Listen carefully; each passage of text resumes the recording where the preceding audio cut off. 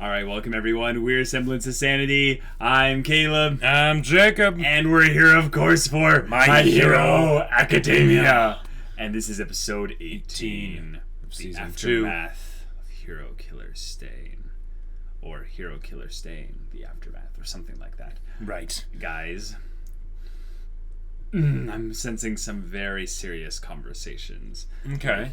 What it means for Hero Killer Stain to have, like, done what he did and to be stopped. And if he was really stopped. But, like, the impact that he'll still have. Exactly. Almost like the like literal aftermath. Dang it, I was going to say stain, but yeah. He left his stain upon the world. That's right. I was totally trying to set it up for that. Yeah, well done. Well done. I think that one's actually pretty good. Yeah. He definitely did mark a lot of heroes in particular with his message when he had that chilling speech at the end of last episode. Yeah, that was fakers. unexpected and amazing. That was so good. Hopefully, with this episode, we get more into either side characters or we finally get some more info about this mysterious antagonistic figure that All Might apparently has some info with as well. Right, because now that Stain is out of the picture, potentially out of the picture. Right, hopefully not for too long.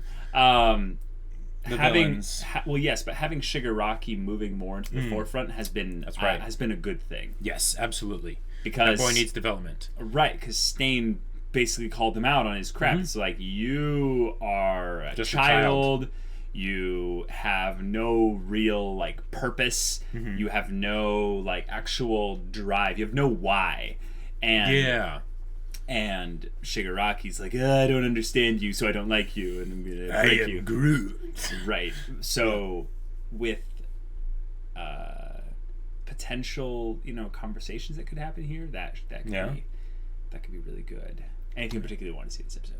I want to see a little bit more on Stain, because the effect that he had on the last episode was a huge one. I don't know if I necessarily want to see a backstory, but I just want to see something, because they call this the aftermath. So we need to actually see the aftermath, not just on the city and the society, but on the people.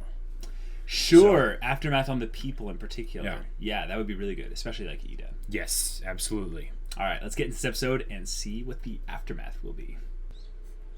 Okay. Yeah, all the injuries. Yeah. Todoroki especially. Well, Todoroki and Ida. Yeah, look at Ida. You guys did. You really did. That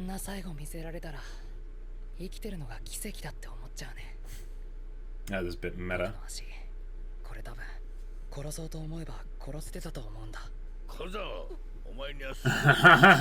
Saw this coming. Yep, there might be quite a few for Ida too. All Might? Okay.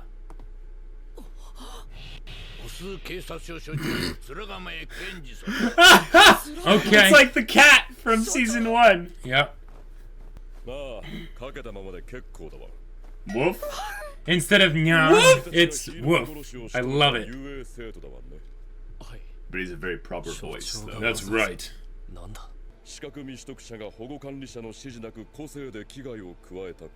Oh, bureaucracy.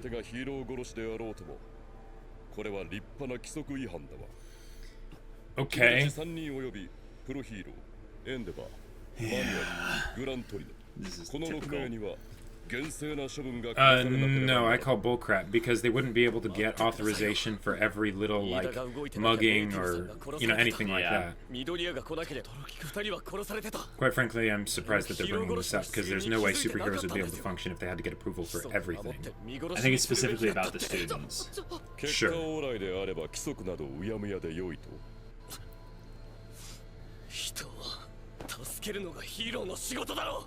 Okay. Oh, official. Oh, wow.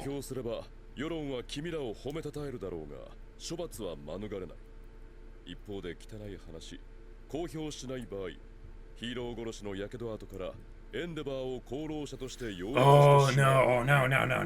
幸い目撃者は極めて限られている。Wow.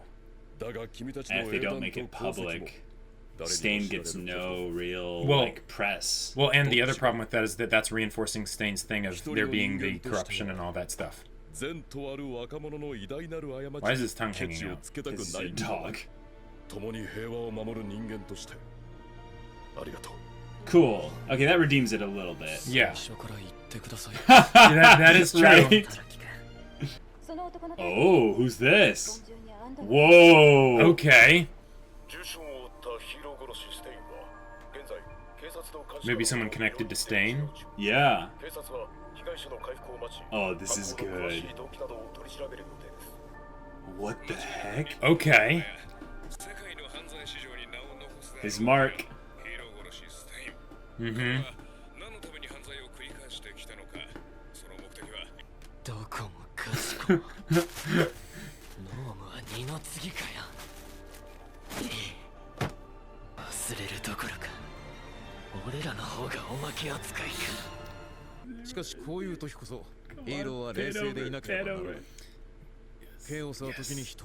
Yes, right there. Yes, yes.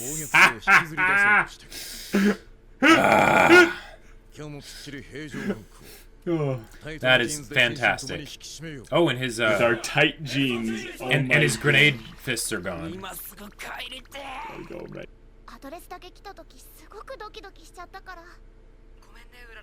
Oh, they're talking on the phone.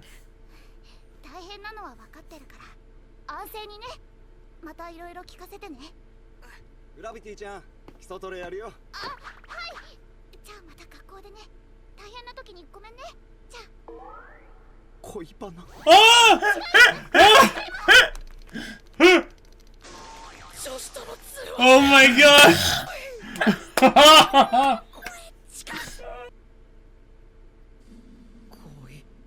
Yeah, like Deku's hand. Sure. Or Ingenium.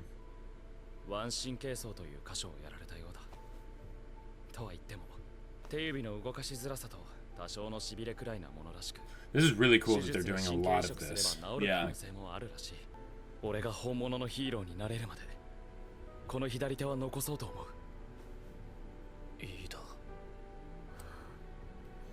Yep.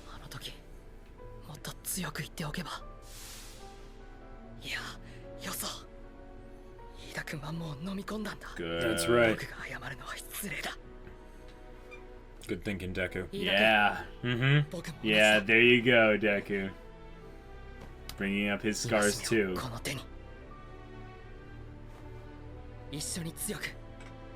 Oh, it's good.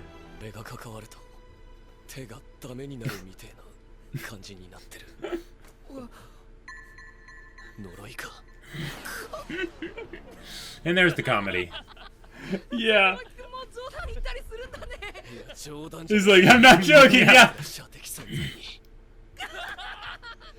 Man, pressure. What? Oh my gosh, that was his ringtone. Oh my gosh. Wow. He like bled. Oh my gosh. Oh, that sucks.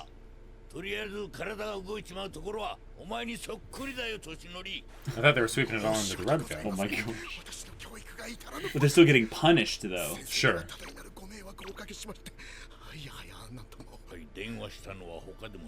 Ah, good. Aftermath. Mm-hmm. Whoa. Right.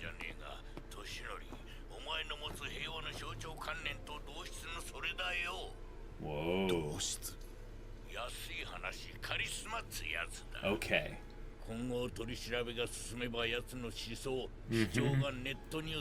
Oh, so maybe getting captured was the best thing that could happen for him. Yeah.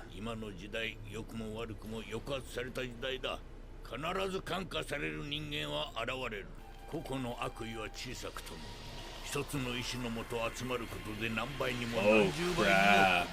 Right. An army. Oh, here we go.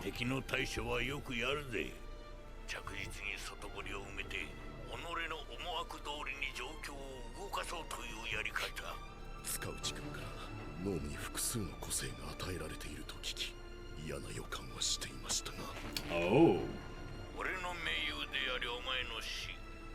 Oh. Oh, there we go. All for one?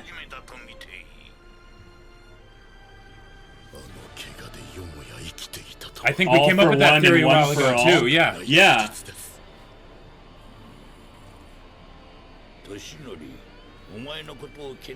We gotta talk about this. We do.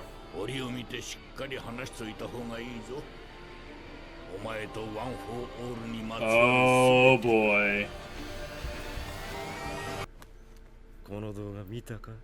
Kill the hero, Stain. 今最も熱いヒーロー殺しの動画だ。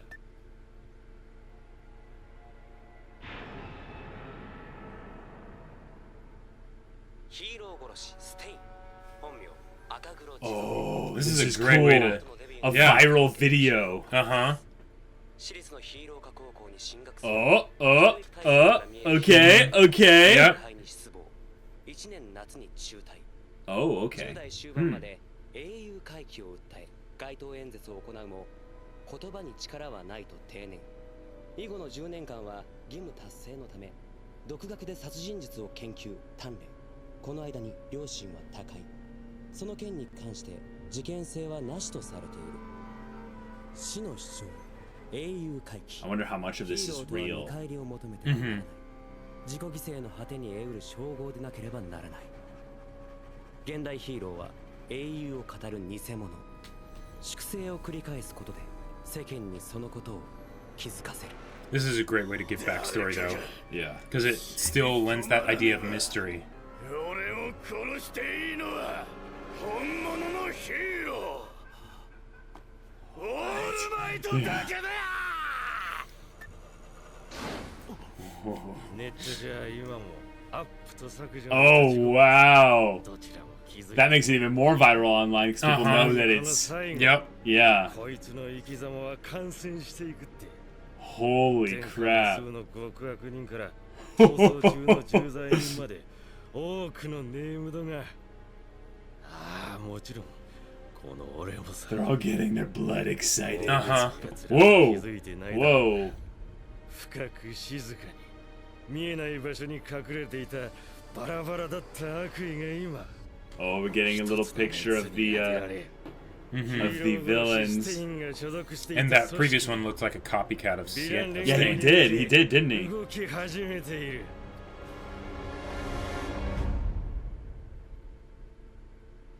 Oh, all right. Okay. So it's ramping up. It's ramping up. You were right. So we got both backstory for Stain. It wasn't really backstory, but yeah, it kind of was. But it kind of was. Yeah. It was that was a really clever way of conveying it because it felt kind of like an Amand backstory though, where it's like, ugh. Right. No one knows what's really the truth. You know? Right. But it was just enough to get people like, yep. Ooh, excited. I love it. And you were also right that they are now moving into developing of the main villains, going so far as to name them and say and explain it. Yeah. So here's the thing. Yeah. That name, All for One. I think I actually pointed that out in like one of the very first episodes. I think you after did. We talked. You were like one for all for one, or something like that. Yeah, I was like, what if there was like a reverse of that? Yeah. Right. So that's probably what this is. Right. But the thing is that All Might's name is Toshinori, right? But his hero name is All Might. The Quirk is named One for All, right? So is this character named All for One with a completely different quirk, or is I think that's the name of the quirk? Just the name of the quirk. I think so. Do they just not speak his name like Voldemort or something? I think they actually mentioned. Or they either mentioned the villain's name or they mentioned the name of the predecessor. That's probably what it was. That was the name of the predecessor. The name of the predecessor. They said this is the person that was the predecessor. This is the person who killed the predecessor. Right. Yeah. And gave you that wound. And gave him the wound. That's which great was because obvious. Because that means well, right. Yeah, obvious that they gave him the wound, but the fact that they said they killed the predecessor, that either means that they killed the predecessor and then they wounded All Might, or they killed the predecessor and wounded All Might in the same fight, which builds them up even more as this unstoppable baddie. One of the things that they said that also was a hint for All Might to make him think that this All for One character was on the move was that he heard about the police chief talking about the Nomus having multiple quirks, yes, which really makes me wonder about now All for One. Think about the name of that in correlation to One for All. And when All Might first introduced the idea of One for All, he said, my ability is the ability to transfer quirks. So, All for One would probably be something very similar, hence why... Yes, very similar. Yeah. So One for All, I think of a spreading out. All for One, I think of a spreading in. Right. So is this actually the ability to take on multiple quirks? I think so. Yeah. This is almost straight up Sylar, guys. Like, that's terrifying. Imagine if this person has the ability to, because that's the thing. I actually don't know if it is the ability to kind of contain multiple quirks. Or if it's the ability to, transfer them just to other people or something. Because the Nomus had multiple quirks. So it's not just that they're only housed in the main baddie. Right. Otherwise, you wouldn't be able to do that. So maybe he can unlock his potential. Who knows? Maybe he can do the kind of the stockpiling thing where he can gather multiple quirks onto himself. Okay. And from there, I don't know. Maybe then that's where the doctor comes in. The doctor is utilizing maybe the DNA of his quirks. Yeah. And moving them into the Nomus. So he's basically the petri dish for all these because anytime you have something like Sylar, and by the way, I'm so happy that they're doing this, if this is what they're doing, and of course, don't tell us because spoilers, but because the biggest limitation with a villain like Sylar, he was built up to be this crazy, scary villain, right? But then it was this thing of they're limited by actual production value and what they can do with special effects, so he never actually used the powers in the way that you would think someone like that would use them. Right. So the fact that this is animation makes that very terrifying, because there is no limit what they can do with this. Also, what might be the reason how they actually beat this guy in the past was that they found some way to shut down his power. Right. So they maybe left him quirkless essentially. And he's like, all right, now we don't have to deal with you. We're going to throw you in prison or something. And then it's like, maybe, it was a long time ago, so we don't have to think about it. And then it's like, well, he got out, but who cares? He has no quirks, so it doesn't matter. Right. I don't know. What's a way you could actually beat someone that could potentially have the ability to have multiple quirks or have some kind of power like One for All and not just kill them? Right. With he has to be kind of a not pure evil guy, right? Then. Or at the very least, not all powerful, or have some power that keeps that from happening. Limitations, because if you don't have a limit on how many quirks can be in one person, you have the Juggernaut problem, where it's like there's no reason for them to give them out to other people. They would just stockpile them until they have 2,000 quirks, and then they'd be unstoppable, right? Well, that's probably what actually was the problem. Think about it this way: is maybe his limitation is that you can't hold that many quirks. It just takes too much processing power.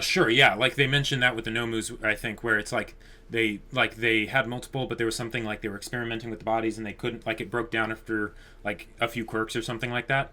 No, they were saying that Nomus were completely inert mentally. Right. Yes, because of that. Right. So maybe this guy can hold 30 quirks. But, over time, that maybe puts a taxing on his body, his mental capabilities. And so maybe they overloaded him or something like that. Right, so that might be a way that he basically is a reason why he's offloading them into the Nomus. They're named similar, too. Yes. That actually means way more than I think we could possibly know. Right, it could be a Rava Vatu type thing, yin-yang. Yin-yang, yeah. So here's... Okay, go for it. Okay, so this is tinfoil hat theory. But One for All is passed on by absorbing it through the DNA of All Might, right? Right. A piece of hair or whatever. Now, if All for One can basically transfer quirks, could it theoretically transfer One for All? Hopefully not, because, especially if they're the yin-yang thing. But what if the wound that All Might has was actually some kind of like crazy gouging, life-sucking thing where the villain was actually trying to steal One for All from All Might? And succeeded or failed? Maybe it's a half and half deal, like, who knows? But I think that there's a real potential here for this to be one of those, like, really old baddies. Yeah. Like think about it this way. One for All as a quirk has multiple, like, predecessors. Right. I think Deku's the ninth. The ninth One for All holder. Does that go all the way back then to the beginning of superpowers? Well, my question is All for One related to, like, is All for One just one of the predecessors and, like, twisted the power in a different way? Or is All for One someone that's, like, connected to, like, the earliest inception of One for All as a power? Yeah. Or maybe it's the result of if someone actually did manage to kind of steal One for All. Oh. It's like that splintered half. That we were talking about, like, a long time ago. Yeah. And that would explain also why why maybe the transfer from All Might to Deku isn't making Deku just look like All Might or something. Like, they could basically say that Deku's... It's gradual as well. It's a lot more gradual because maybe it's vying for power or whatever between two different users. I have so many dumb tinfoil hat theories right now, and I'm holding myself back. But I'm getting a serious vibe of kind of a mix of that Avatar kind of lineage thing, but having someone that had a power that is strong enough to defeat them, but, like, wasn't always, like, an enemy. Because the reason why I could see All Might not killing this person is All Might is against killing. Right. But another simpler version is All Might maybe would have killed this person, but they're actually, like, close friends. Right. He sees there being some potential for redemption or whatever. Or he's fine with having the potential threat this character has, as long as he's able to essentially see that light of hope in him. I think that's a little bit cheesy, but I am fine with maybe throwing that aspect of away, but keeping the relationship between them as something. Yeah, because that's that's one of the things that I would say is very important. Right, it needs to be personal, because especially when you're getting somebody that, like, if they're just like a power sink where you can just throw powers at them. Right. The problem is then it becomes a battle of who can make the biggest explosion. Not, I mean, it could theoretically, like, basically when the stakes get that high and the power levels are that high, you need to make sure that you're not focusing just on the power levels, but you are also focusing on the fact that these people should be people, right? And then because you need to keep the fights personal. I know it's hard when it's like that epic, but that's why I'm worried about this, because there's the Nomus. Right. Because the Nomus are basically like the homunculus of the father. Sure. So here's one way to look at it. This All for One character has the perfect blood. They have the souls of, a million quirks in them or something like that. Yeah. They're like Apocalypse from the X-Men universe. Right. He's passing on what he has through some kind of thing with that doctor character that we heard in the communications thing to these regular people, and trying to make little miniature him like versions, and they're not working. They're not working because they don't have the, like, they either don't have the body necessarily, or they don't have the like the All for One quirk, Sure. So right now the Nomus are being used as pawns in that regard, but he's trying to make Shigaraki be like that version. So because if we're trying to mirror Deku, Shigaraki, with that means that he needs to be the protege of the bad guy, and not just that he's the protege, but that idea of passing on the torch. Right, and I think that he's not able to do that. Whereas All Might is, and maybe that's where there's some personal stuff in there, is that All for One feels the burden of having to carry the weight of humanity's potential or something within him, and he gets all messed up in the head from it and develops some twisted ideology. And then All Might maybe says, share some of the burden with me or something. Like, I can handle it. And he's like, never you. Or something like that.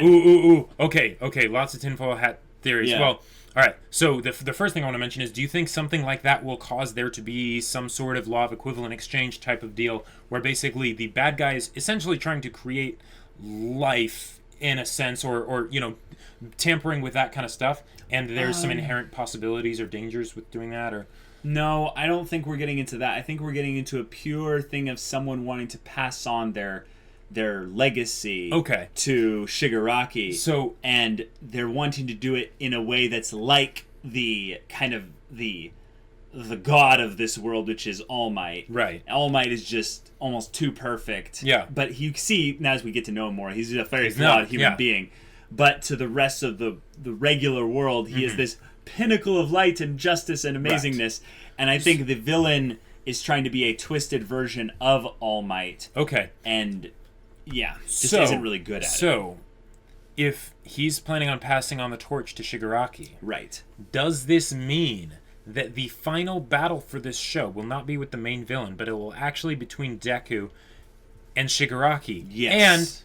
And here's the thing that I think would be absolutely amazing to see, is that the battle is not resolved truly by quirks. But rather it's basically more of a conversation, because they both have very similar stories, you know, similar... Well, we don't know Shigaraki's story. We don't know yet. Shigaraki's story, but the idea that he's the protege of, you know, the super baddie or whatever, and the torch was passed on to him and stuff, and basically and he feels the weight of wanting to change society for the better from his perspective, and this whole thing of the hands on him everywhere and stuff. So what if we got something where, now, what if basically season 2 episode 10, Deku talking to Todoroki, was kind of a taster of the kind of thing that would end up happening between Deku and Shigaraki. Oh, wow. Where it ends up being something where Deku is basically fighting to set him free. Wow, that would be amazing. Because that is what Deku does to his friends. Exactly. And I don't think... And that's how he could officially be known as, like, the greatest hero. Right. You know? Because it's not about how he fought. It's about how he fought. The question is how long will Shigaraki survive this whole thing? The question is, if they do that, that means Shigaraki has to outlast the main bad guy, the All for One guy. And I think that would be amazing, because that seems a little bit unlikely. Just a little bit. Yeah, okay, but I could see, like, I would say very like 20 to 30% chance that possibly something like this could happen, and I would be very excited if something like that did happen, because that would allow for there to be the coming full circle. Yep. Like, at several stages along that, when All Might and the main baddie are gone, you know, when Deku's realizing that, like, oh crap, I'm now having to, like, carry so you're meaning, this like, torch, like, All Might is gone, like, Shigaraki's goal and All for One's goal succeeds at some point. Possibly. In the future. And like, not he's gone and it's just Quirk is gone, but, like, All Might's dead. Because... Yeah, that basically. Would be crazy. Because, okay, think about it. That would be them playing into the hero's journey, almost like beat for beat. Beat for beat, yeah. And that could be so amazing, because one of the ideas with the hero's journey is that the main character, you know, the protagonist, gets the boon, right? Yep.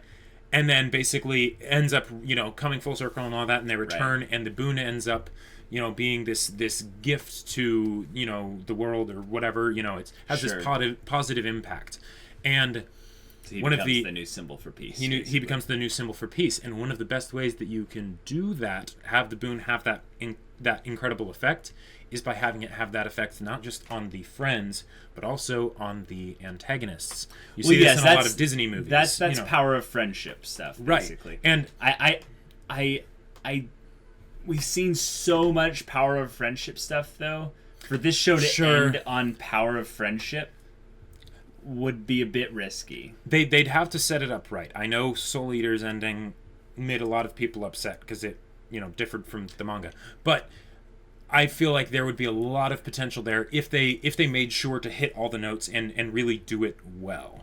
I think they could, but let's go back to past things, not necessarily future speculation, because I feel like we have more data right now to support past things right now. Yes. We could just go on and on about this all for one business, because it's the Three Musketeers phrase. Mm-hmm. All for one and one for all, right? Is it one for all and all for one? Or one for all for one? No, I think it's the other way around. Or I'm not sure. Yeah, I can't remember. I think it's the other way around. Sound off in the comments which one comes first. But, Jacob, here's another crazy thought. Yes. Well hat theory. Okay. I think all for one comes first. Because if you think about it, it's the idea of being the giver, the servant, the champion of humanity is the important thing about being a Three Musketeer kind of thing. Right. So it's all for one. We bear the burden of all for one, and then we as one group go for all. And it's also the three of us are one, and all of us as one are for all of the world and stuff. Okay, I think that same kind of thing could work if the phrases were switched. But yeah. Okay. I think it's actually important that one is before the other. Okay. What if all right, one of them actually made the other?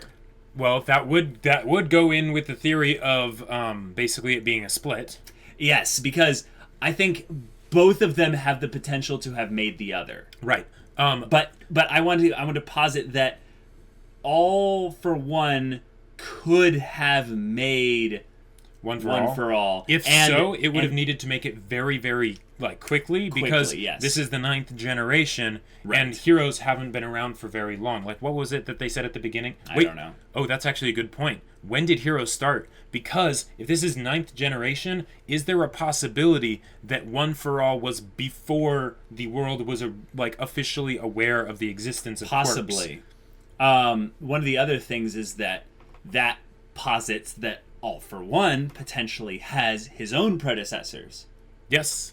But unless it was a split, but yeah. Unless it was a split, but let's say that All for One came in the 5th or 6th generation or something. Sure. Okay? That's a lot of time. Oh, yeah. Is All for One the same person from that time? Because that would fit with the father theory of the super old ancient person. Right, that's... And I think that's since I got that vibe of a father Fullmetal Alchemist Brotherhood thing. This character could be immortal. Wait. And the idea is that it's not that they didn't want to kill him; it's that they couldn't. They just decided, no, we're going to absolutely destroy everything you've built, worked for, everything, and then we're going to lock you away because we can't kill you. Kind of trope. Okay. Well, you have a different theory. I have something that's even better. Tinfoilery. Okay. So, One for All for One. One for All was said to be the power to transfer quirks. Yes. All for One probably is something similar because they have the matching names, right? Yeah. Now. What if? What is it? What if? And All for One has shown to be able to transfer quirks in the Nomus, right? What if All for One? Well, we don't know, but maybe. Right, sort of. There's some connection there, right? Right. What if All for One started quirks? Like all of them. Oh, that is Apocalypse. That was one of the things I was thinking of. That he's the and this is a love letter to comics. So. I don't think they're necessarily going to do that. But the thing is, in that story, this person had the power to just manipulate, reality? DNA. Oh, yeah. Wait a minute. What if we have it, slightly off? The one who actually... It's two people working with these quirks here. Yeah. The scientist is All for One. All for One has the ability to have multiple quirks and stuff. The scientist is a One for All predecessor and can transfer quirks.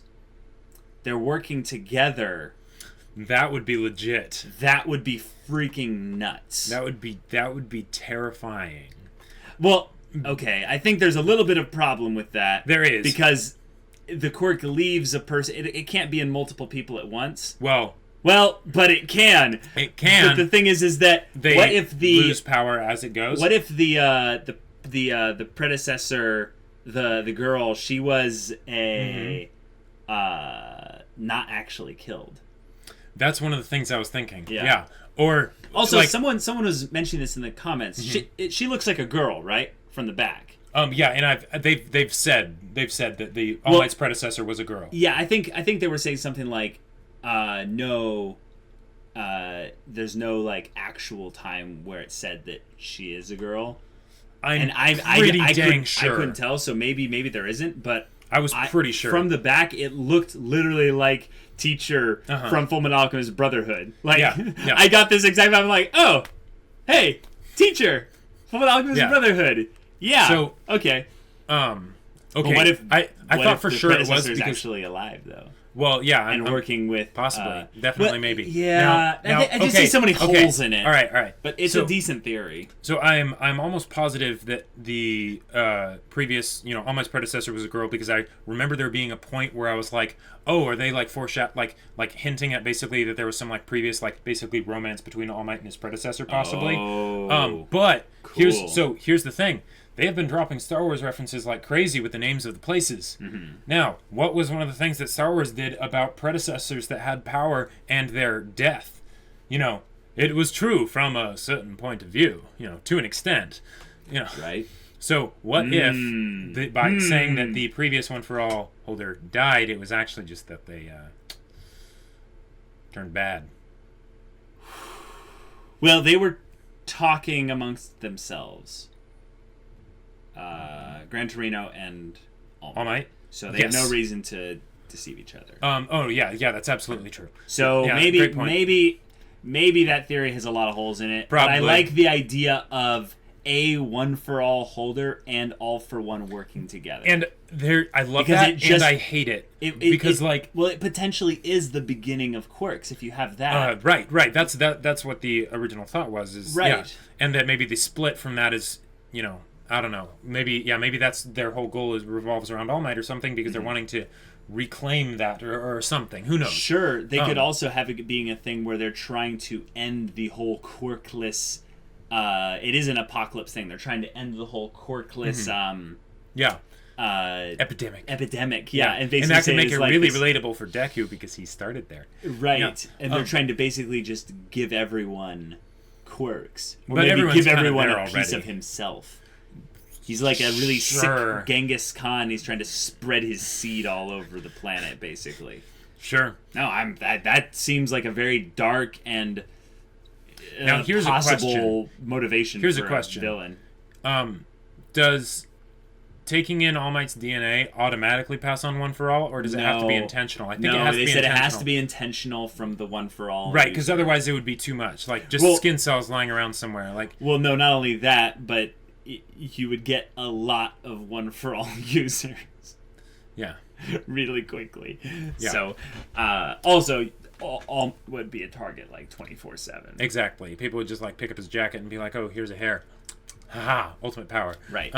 Or the One for All holders are like actually in their like 180th generation because they keep losing the power constantly. Sure. Stuff like that. Yeah. But wow, this episode, we just talked all about the villains right there. We didn't did. Bring up any of the Stain stuff. We didn't bring up any of the internships or the Ida stuff with the police and stuff. So let's go really quickly over the episode. All right. So the stuff with the kids being in the hospital and them talking amongst themselves. I thought that was awesome. Really good dialogue. The police chief comes in. He's a dog. Woof. That was... I was not ready for that. I loved it because it was so hilarious to see that change on the cat person thing, because that's one of those things that it never makes sense to me. It's like, how did that become a thing? Why do they say nya at the end? Like, I get that that's, their version of the cat sounds, but why? Why? I just don't get it. So the fact that they changed that is hilarious. Woof. Just but we detained Stain and we are continuing the investigation. Woof. Yeah, like woof. So fun, clever design choice there. Yep. But then them having it be a thing where because they were in internships and they were not registered or regulated heroes. I didn't like that. I like how they handled it, but the fact that they decided to do that, it seemed like something that basically detracted from the good guys so that way they could build up Stains and his message, which was the point of this episode. So it's like it's in line. Yeah, but it's one of those things that it just seems like... No, look, you want to say it's not realistic? If you had people's quirks and you say, like, I have a quirk that I'm going to use against another person and, against their will. Why did you do that? Oh, it was self-defense. Go to a court of law and then he'll have a trial and then that happens. And it would seem like there would be a lot more things like that. And laws specifically around quirks. Specifically around doing that. And it wouldn't, it would be fairly easy because it would be a common problem, I would think. If like, oh crap, I was getting attacked, I used my quirk, self-defense. And if everyone has quirks, people are going to be using quirks against each other all the time because people get in fights all the time, right? Yeah. So it wouldn't seem to be so black and white, cut and dry, clear thing. And maybe it's because they're associated with UA and these other hero associations that it was them going off on their own like that. But was the problem. It wasn't them getting attacked, though. They went and actively sought out Stain. Ida did. Deku and Todoroki did not. They were technically intervening on behalf of Ida and them. But that's different, though, because they actively should have gotten their... they should have gotten their betters. They should have gotten Manual. They should have brought in Endeavor. They should have brought in Gran Torino. Sure. Well, and they did, and they did contact them. No. None of them told them about them going after Stain. Todoroki did. Nope. They didn't know Stain was there. They just knew that, there's something wrong here. So they go there because it's one of those things where it's like, the idea of a law like that it makes sense, but when there are things like this that would seem to be so easy to resolve in just a court, the fact that they are not allowing that to happen, I get that the story needs to move along, but it makes the law seem like it's not an actual law and hasn't been around for very long, and that it's just sort of thrown up by the creator rather than something that would have basically evolved in the world. And I get that's a whole lot of thought to put into something this simple, but it was just one of those things that I honed in on because I didn't like the fact that they were getting all this smack for defeating Stain. Right. But, yeah. The short of it is that you're right. It's a bad law. It's not a very well thought out law, but it's also a law that would have something 99% similar to it. Right, existing already. Yeah. So it works. Yeah. The point about them not having it being made public because of the potential punishment basically removes them from the receiving of praise, which then goes to Endeavor. Right. But what was interesting was that the second half of the episode towards the end focused on the fact that Stain was getting very public in other areas of media online, which I thought was a very modern look at how news is spread around nowadays. Yeah, and I loved that. Because, exactly. You just go on, Reddit forums, and a story happens, and it gets the clicks. It's going to spread like wildfire, and it does not matter who tries to take it down. It is going to pop up everywhere. And I was actually kind of surprised that it was trying to be taken down by both sides, apparently. Like that. That's a very good point. Like that, I'm not exactly sure why that would happen. Like if someone managed to get their hands on a video that they shouldn't have been able to get because they had traffic cameras or something. That was the point. It was. Okay, here's actually. I mean, really... it was like video editing and stuff, but the footage itself was still the same. Jacob, it was just like clips and things. Yes, but think about it this way: what is the closest video equivalent to this nowadays that is very relevant and is actually causing YouTube in particular to start being way more censorship related? Well, okay, great point. Do you want to say it? Say it? Go for it. They're in their search for taking down ISIS recruitment videos, right? To bring up, as a hunt for more, domestic terrorists and stuff. This is an actual thing nowadays, and this is basically a childish example of it, I would say. Sure. And yes, of course, there would be people on the hero side trying to take it down. Yeah, good point. The question of whether or not they should is completely up for debate. Right, but it's completely plausible that people would be trying to take it down. Absolutely. Absolutely. Absolutely. Yeah. And this is more of to drive home the fact that there are those Stain had some good points. Stain had some good points, and there are people that are actively trying to shut him down. And Yep. then they did the cool thing that all anime do. They tease new characters. Yep. And all those designs. And MHA does that better than like basically anybody. Oh my gosh, those designs. So which one to you stood out the most? Well, okay, it'd be kind of easy to just say the one that looked like the Stain copycat. Yeah. Because that was something that was very familiar. There was the one that was in the dark a lot that had like the spiny back or whatever. Yeah, some kind of big brute. Here's the thing. Here's the thing. Yeah. The big brute stereotype in anime villains is annoying because you know, this one's not going to be interesting. Right. But there was a character with like a Darth Vader mask and had like smoke around. And then the one with like the sewn on like sewn on like face stuff. Yeah. That looked creepy. And then, of course, we have to talk about there was a little girl there. Yep, with a bloody dead body behind her. And she was like blushing and like looking at like what, like a stain, like something related to Stain on like her phone. I think she had a phone and she had headphones in that, so she was listening to the news on this. Right. Or maybe she was watching the recruitment video. Who knows? About that. They said then the people that like watched the Stain video or whatever, a lot of them started flocking to the League of Villains. So what? The League of Villains just posts like a thing like, if you are interested in this, come to this address. Or no, the media's doing it, Jacob. The media's doing it for them.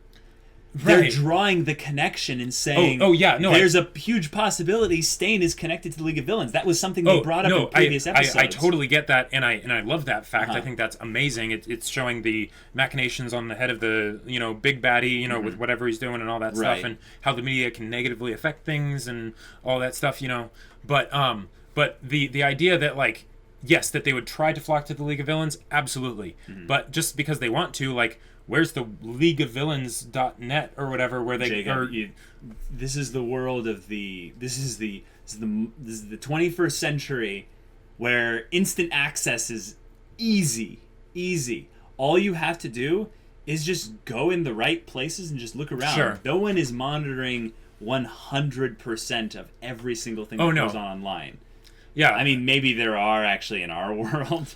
Who knows? But in this world, I don't think they're going to bring up that plot point. Right. The idea that they could basically just go and be like, hey, I've heard in this area, it's actually a pretty good place to go and get some info if you want to know about what's going on in the right. Well, in the world of rejected, and that's why rejected basically Quirk users, and that's why I think all the villains are kind of feeling time. Like, yeah, sure, absolutely. But headcanon time.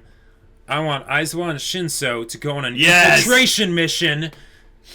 Yes, because that would be amazing. Yes, it would be so good because one of the pairings that just seems to make sense in this world is Shinso and Aizawa. Oh yeah. In terms of just putting two characters together. Unfortunately, I feel like that would have to be done in a fan pandering way. I don't think it's being built up in like a filler episode or something. Yeah. But with these villains, if they flock to the League of Villains, right, are they all going to be basically ones that will want to join? Will they then have to bring in someone like All For One to be, kind of the one that would guide them? Because Shigaraki, I don't think would do very well with a bunch of people saying like, we want to be like and Stain's captured, so they don't have him. Yeah. Where's Stain? We want to meet Stain. Ooh, this. Or let's go rescue Stain. That could be the next plot line. Yeah, that would be really good. Let's go rescue Stain. Now, here's something that would be interesting. What would Stain actually think of those people? Would he reject them? Would he accept them? Would he basically say, no, you're thinking about this all wrong. If you really want to fight with me, here are the things you need to do. Because he's like he thinks All Might is the only true hero, right? Right. So all these people that just like his ideals, he would probably see that as being absolutely filthy because he's like, no, you're just wanting to like jump on like sort of the bandwagon, right? Yeah. That's a good point. And that could cause like some really cool inter-villain connections and conflict and stuff as all that stuff is being brought up. That's a very good point. So with Stain in particular, there's a couple things that they can do now that he's in prison and they got the viral videos going around. They leave him in prison for a while, let's say. And the videos keep spreading, and now Stain's actions are actually less meaningful than the things that are getting circulated online. Ooh. So what ends up happening is Yeah. Stain's message gets twisted by All For One Yep, into and that's- whatever he needs it to be. That's totally what's going to happen because Yep. Stain's out of the picture now. But that will allow for some very cool stuff when Stain finally gets out, and he's Right. like, "Oh, really? Now tell me, He tell me rolls his about my shoulders, yeah, message." cracks his knuckles. He's just like, draws a couple knives. He goes on it like, and then that could cause some really cool stuff because okay, you know how it's way more interesting when there's more than just two parties involved, right? And Stain was that like third party. Right. Well, what if he breaks out? Villains have this whole army of people that are like Stain cultists, and then he's like, "No, that's not what I'm about. If you really want to follow me, come join me." Then you can actually have actual like large forces on 3 different sides. Yep. Not just Stain being like this, Yep. lone wolf going around doing his thing. that'd be awesome. I think that Stain will eventually break out, but if he stays in jail for a while, that would be cool to see how they twist his message along the way. Oh yeah. Because there's that guy you saw that had the red bandana like Stain and stuff, but I didn't see any other Stain Nope. mimickers. And that could be really cool because then that person could be trying to like basically keep the villains pure or whatever. Yeah. Like, or something. That probably wouldn't last long. You'd I probably don't know get if that killed. would last long. Yeah. But the ones I feel like they want us to get excited for Is the girl. is the girl. Yep. And then, The spiny back guy because he was shown first. no, he wasn't shown first. He wasn't? The stitched together face guy. Oh, was shown yep, that's first. right. That's right. So those 3, I would say, are the important Sure. ones. Which means that, unfortunately, Stain, Mimicker Look-alike. guy, is Yeah. not going to But you never know. make it, probably. yeah. But what if there's more? Like, There what if, could be more. This so- could be just an excuse to bring in like the tournament arc. Well, You like know, the just- tournament arc, but think about it this way. We were saying how the tournament arc was a setup for them to fight with each other as teams. Yes. What if there's an anti-class UA kind of cast of villains? Like Okay. 20-ish villains. Sure, that way when they have something like in the first season where all the villains are coming out, you actually Right. know who all of them are. Right. Because that would be so cool. Like, okay, Yeah. doing tournament arcs to set up the good guys so that you know what they can all do so that when they fight, you're like, okay, you Right. can point them all out. That's great. If you can have that on Both sides. Oh, that'd be so good. Oh my gosh. Yeah, I think That- they should at least do that with 5 to 10 of them. Yes, at least. And that would- maybe these ones that they showed will be those 5 to 10. right, or at least the first ones, yeah. Sure. Maybe those ones will be a snowball to bring Ooh, others. yes, because that's something that I very much want to see. Because My Hero Academia is very good at bringing in like new characters, Right. especially on the villain side. Yes. But one of the things that I do not want to see happen is where they're constantly bringing in new villains and doing complete turnovers and like recycling them. Basically, I want to see villains that basically hang around, not just Shigaraki and Kurogiri, Sure. but like new villains that actually become part of the villain task force or whatever and actually survive for a while and like do pretty good. Right. That because yeah, I'd just love to see that. Yeah. With villains that stick around for a while, though, I don't want villains to stick around for a while because the heroes are incompetent, though. Yes, absolutely. It should be because the villains themselves are competent. I don't even want that necessarily either.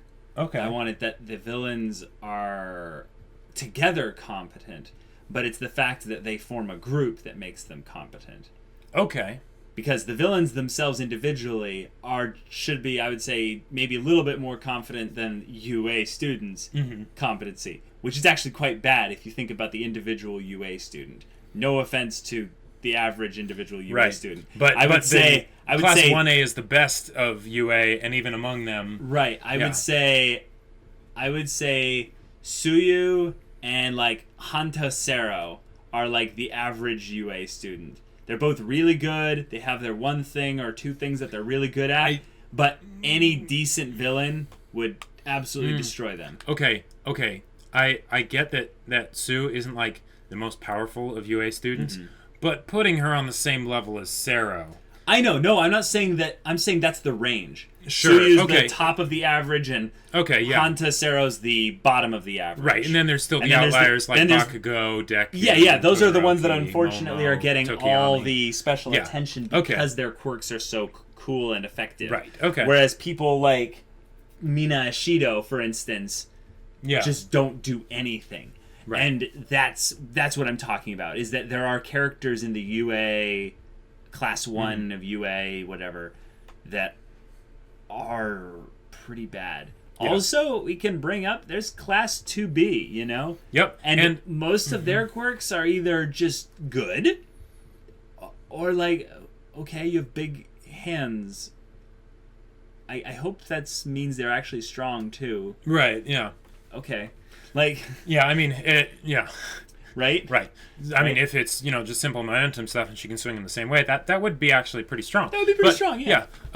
Well, and then also, pretty helpful. Can we get some of the people in Class 1 or A or whatever that are not as, like, contributing and get them kicked out so people like Shinso and the others can come in? Because they did mention that as a plot point at, like, the very beginning of the season. Maybe I was gonna say kick out the 2 silent strong dudes. Oh, because I don't even know their names. Rock Guy and Big Lips. Big muscles, big lips. Yeah. Yeah. Like, I mean, they, yeah. Yeah, I don't even remember their names. Yeah, I don't either. And I would love to see them go to bring in Hatsumeme, Tetsu, Shinso. I know that's Tetsu. That's an example of a Class 2B student that actually has a lot of... It actually has a lot of potential. Well, I would say more like a lot of screen time because of his ship being lined up with Kirishima. Yeah. But then it's like if you're giving that much time to Tetsu, and granted it's because him and Kirishima are sort of like a package deal or whatever. I mean, but the girl with the big hands is being paired up with Momo, so they get a lot of screen time. Yeah, that's true. So what the heck is happening with Hatsumeme and Shinso? Like, seriously, they were support in general studies. They get no love. That's just how it works, Jacob. Calm down. It's okay.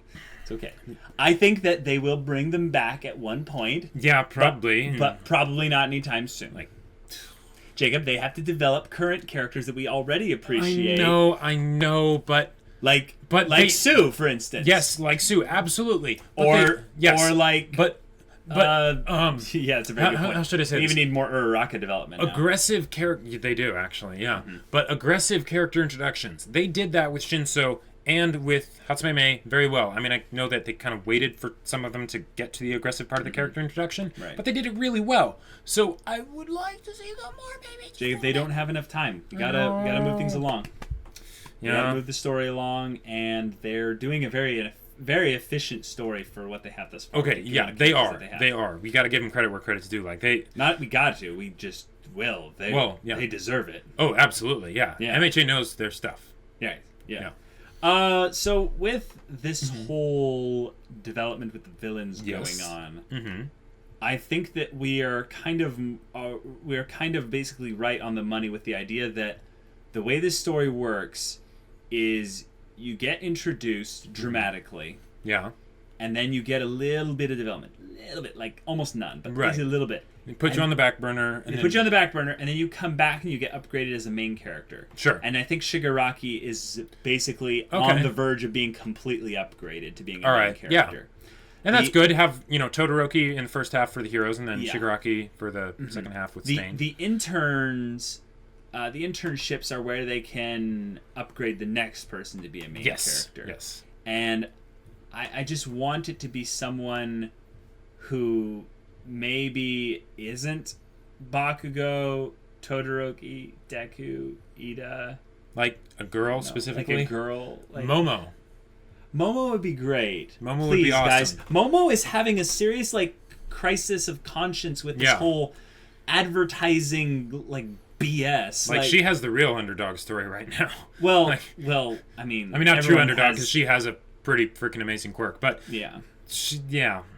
Yeah, if anything, giving more dialogue-heavy screen time that is involving of the characters' motivations and goals. Yeah. That would be good. Yes. If they just are saying, hey, you gotta wait for that, it's not here yet, that's fine. But I would like it more for Momo. I think Momo is probably my number one. I don't know who would be my number two. Sue we've already got a little bit of. Yeah, we've got maybe a little bit, give a little bit more for her. Right. And then of course the fan. I really think Uraraka still needs some more. She too. does. She does. But we do know why she wants to be a hero, which is way more than we can say Yes. for the other two. Yeah. I think that would be good for ladies for now, but maybe even like throw in some passing jokes about Invisible Girl or Yeah, I Nina. Also, some of the guys in particular, like Hantasero, I have no idea why he wants to be a hero. Nope. And I don't think it's really important Or the two strong guys. But I mentioned this in a previous episode. Just have a little goofy part of their schooling where they actually get interviewed, rapid fire, machine gun style, Sure. about why they want to be a hero. And by the way, there's plenty of reasons to do that because these kids are all now pretty famous. Even Sero. Sure, not even like a TV interview, Jacob. I'm talking like Yeah, just like a just- school test, Oh, well, sure, like that too. like a psychology personality evaluation thing. Yeah, heck, they could have done that before they went to the internships. Be like, in order to figure out like which internship would probably be best for you, fill out this little questionnaire to see why you want to be a hero and stuff, and then you can see which like ones of the agencies that like are better suited for that. I think they just wanted to move the plot along in that. Yes, in that and instance we could there. totally understand that because there is a lot of plot to move along, and they do it very Mm-hmm. well. So, any other things this episode? Oh, one more funny thing. All Might's ringtone. that was so random. I'm like, why is he saying that? Why is he saying that? What? Yes. Yeah. Wait a minute. Oh my gosh, it's his ringtone. That was. Did you even clue into it quickly? Like, No, not because at all. I think when I said that, you were like, "What?" Yeah. His mouth wasn't moving, and it was his voice, and I was like, and they "It's opened, a ringtone." And they opened up the shot kind of far away, so like you weren't exactly sure. Like, Right, I wasn't sure until he brought out his phone, and I'm like, "Oh no way!" yeah, that's No way. Because like.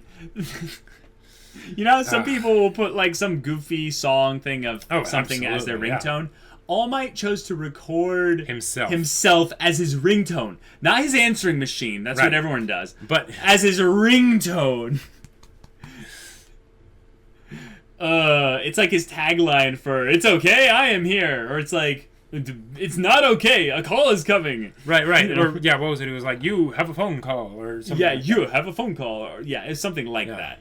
Yeah, let us know in the comments what his ringtone's exact words were by verbiage. This might be one of the longest MHA episodes we've ever done. Discussion-wise, that's one of them. That's actually pretty high up there. Oh, episode 10 was... Episode 10 was, I'm pretty sure we broke a full hour on this will be, I think, top 5, though, because probably we got into a really big discussion about All for One. Oh, boy. And One for All. So many things. So many theories. Yeah. Hopefully, when he finally talks with Deku, he doesn't, like, hold back half of it. And he actually gives the full... Yes, that would be very silly to do because they've already told the audience that kind of stuff. So to have them explain parts of it and keep the other bit secret, that's like the definition of melodrama. Right. Yeah, it's pointlessly dragging on things. So that means maybe in the next, like, 3, 5, 1 episode, I don't know, we're going to get to see a really good All Might exposition dump. Well, and they might just skip over it, too. Just have something where it's like, so that's everything I know, like... No, so, like, we have some things we need to know. Well, yeah, there are, okay, yes, that we is have some true. things we need to know. Yes. Like, what happened in their previous fight? Yeah. Like, what if they show it? Like, parts of it. That's how they could do it to make it, like, not boring exposition. That would be a very good scene. Or whole episode, maybe. Okay, well, this has been really fun. We are going to end the discussion here because it's been going for a very long time. It has. But check out the link in the description below for our Patreon and check out early access and also the Discord there. We'd love to chat with you about anime and stuff. All right, guys, we'll see you later. But until then, we're Semblance of Sanity. I'm Caleb. I'm Jacob. And we'll see you all next time.